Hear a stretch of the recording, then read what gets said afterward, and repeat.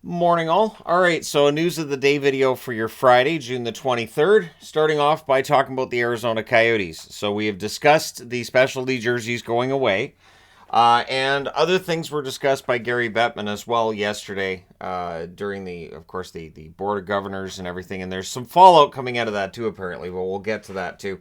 Bettman saying the future for the Coyotes should be clear by mid-season. So there's a ticking clock aspect to this, saying that, yeah, they can't stay in mullet and that there are certain things that Arizona's looking at. But there is a ticking clock here that if they do not find a solution that works in Arizona, that's where looking at other options becomes an option. So for the NHL and for the Coyotes, we'll see where things turn out. So that'll be January. By January, they're expecting to have something in place, which makes sense because you'd be a year and a half away from uh, potentially moving into a new building, you would hope, and you'd be looking for some kind of a plan somewhere. And of course, for all of the discussion of whether or not the Phoenix Suns owner might become involved, there's been no talks along those lines at all. That's what Batman's saying, anyways. There's been nothing there, so at this point, that's not a thing. Because I know that keeps getting brought up. Of, well, why don't they just, you know, talk to the Phoenix Suns owner and make this work? And the Phoenix Suns owner doesn't have to make that work. So we'll see if that changes over the next little while here. So kind of a surprise here. I will admit I'm surprised by this one. Jordan Staal is at a contract impasse with the Carolina Hurricanes. So, of course, both of his brothers, Eric and Mark, are free agents out of Florida. This means you could potentially see a team on July 1st signing all three Staal brothers. That could actually happen. And it would be fascinating if all three Staal brothers went to the same place. I don't think it happens, but, I've got my fingers crossed that it does. That would make for a very entertaining string of signings, considering this is not the strongest of free agent classes. But I'm very surprised to hear that it doesn't look like Stahl's going to be returning to Carolina. I figured he would spend the rest of his career there. So we shall see if that changes. Right up until the July the 1st, or up until rights get traded, it can happen. You can still sit down and get it all worked out. Now, speaking of things that are going to get worked out or not going to get worked out, apparently Blake Wheeler's time in Winnipeg may be done. Pierre LeBrun's reporting that he wants a fresh start. The team will investigate trade options when it comes to Blake Wheeler, or they could buy him out. They could very well just decide to buy him out and just take the cap hit for the penalty on that and then reset from there. We've been discussing the Winnipeg Jets and what they might do in the offseason, and buying out Wheeler or moving Wheeler would probably be the starting move in that, but Hellebuck may be on his way out, Scheifele may be on his way out, and we'll see. Because Winnipeg's competing with Calgary to see who can jettison the most players. Elias Lindholm is willing to talk extension with the Calgary Flames, so that's one thing that's changed in their favor recently. Apparently, Toffoli's being on the trade market is because he would like to get traded. Backlund is not interested in any talks yet, meaning that July the 1st he won't re-sign with Calgary. He's not closing the door to re-signing in Calgary, but again, if you're Craig Conroy, you're going to want some kind of committal from your players, or you're going to have to make some moves. Looking at Brad Treliving and what he had to do with Kachuk, and then, of course, losing Goudreau, for Conroy, you're going to want to make sure you're not going through those same things as well. So both the Flames and the Jets wanting to stay competitive. Now the questions are being asked with Calgary of, so if they move these guys out, is there any way to avoid needing a rebuild? Now the Flames have never been one to really commit to a rebuild in the past. I can't see them doing it now, and I don't think that's why you make the change behind the bench and in the front office. If you're expecting to not just not make the playoffs again next year. So I think Calgary's plan is to get back into the playoffs. That is Florida's plan as well.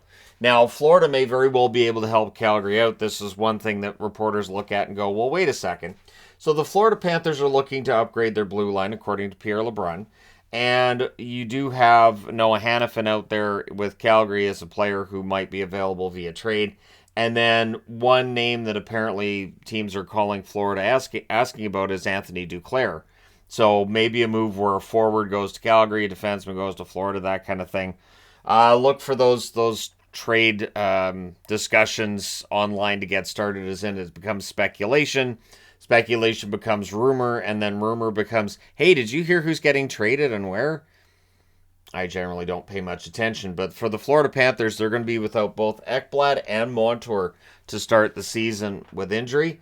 And so those are two major players on that blue line, two top four guys. Adding a defenseman to, take over and make sure that it's not that much of a drop for their defensive play is important. So we'll see what Florida does. Now, this is an interesting one because I saw this yesterday and I didn't really think much of it. I don't think it's a bad thing. So Marty Walsh, the new NHLPA executive director at the Board of Governors, he addressed it. Went out and he addressed the Board of Governors, talked about what the players would like to see, including the Olympics. He wants to go to the wants the NHL to go to the Olympics and see some kind of international play, the best on best tournaments.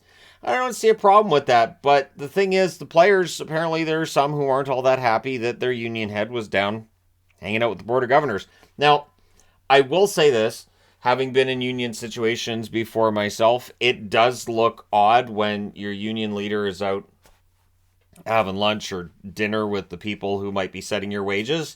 So I totally understand players having some trepidation when it comes to their NHLPA head, appearing to be chummy with the Board of Governors. Alan Eagleson's name I've seen get mentioned today. But Paul Kelly was the last one who addressed the Board of Governors. That was December of 2007, and you're like, who's Paul Kelly? Exactly.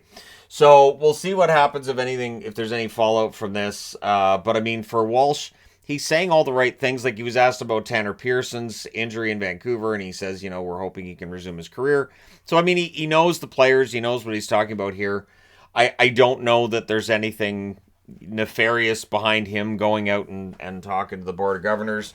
But we'll see. Because, again, if the players lose faith in the head of the union, things can change really, really quickly. We have seen that before. So I don't think we're there yet, but, Walsh might have got a phone call after and been asked, so what were you doing there? So some of the players aren't all that happy about it. So it's one of those things that I'm sure that Walsh will deal with because, again, for the NHLPA, you have a CBA that's due in 2026. I don't think it gets extended to 2027. There's the option there. I don't think it happens. I think it's up in 2026. So you're 3 years out from potentially having a brand new agreement, or us as fans saying, so we're out again.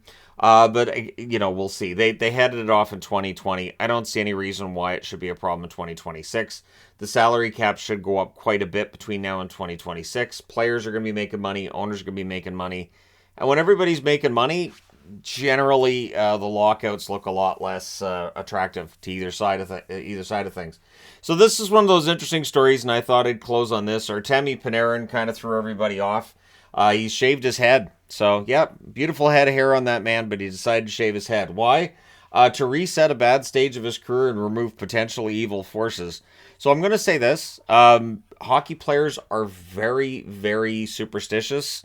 It doesn't surprise me that somebody would do this. I'm honestly just mildly surprised that we know that may very well be what he was thinking.